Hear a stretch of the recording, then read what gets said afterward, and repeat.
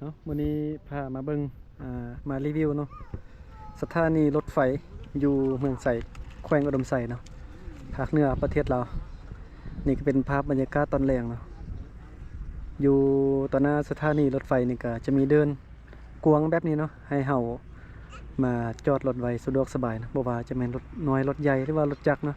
ก็มีบอนฝากรถไว้หลายจุดหลายบอนแล้วก็อาหารการกินนี้จะอยู่ทางด้านหน้านะจะอยู่แถวบริเวณทางด้านนอก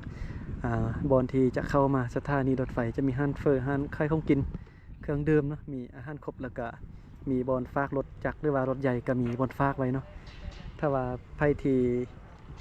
อยากจะมาฝากไว้ทางด้านนี้ก็ได้เนาะฝากนำห้องการตำรวจเพิ่นมือหนึ่งน่าจะ10,000กีบหรือว่า3,000กีบบ่ลังลืมละก็เคยไปฝากไว้เนาะ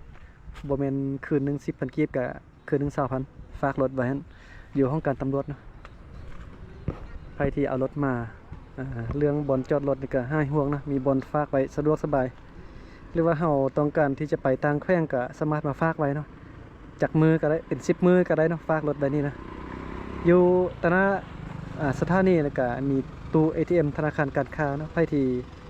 บ่ได้มีเงินสดก็สามารถมากดเอาเงินสดได้หรือว่า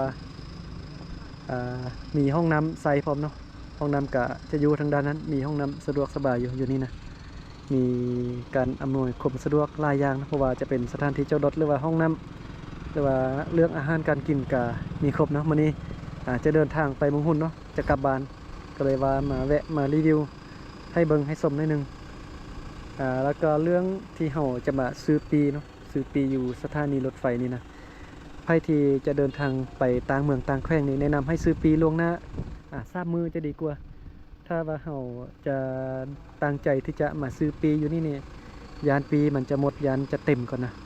ต่างจากเมื่อก่อนนะเมื่อก่อนเนี่ยเฮาสามารถมาซื้อปีอยู่สถานีได้เลยเพราะว่าบ่มีคนมาขี่รถไฟไล่เนาะบ่มีคนเดินทางไล่แต่ปัจจุบันนี้มีคนเดินทางไล่แล้วเฮาจะมาซื้อปีอยู่สถานีรถไฟนี่คิดว่ายานปีมันจะหมดก่อนนะแนะนำให้จองปีไว้ล่วงหน้าเนาะจาก2-3 มื้อจะดีกว่าเพื่อความสะดวกสบายของเราเนาะก็ประมาณนี้เนาะแถวบริเวณนี้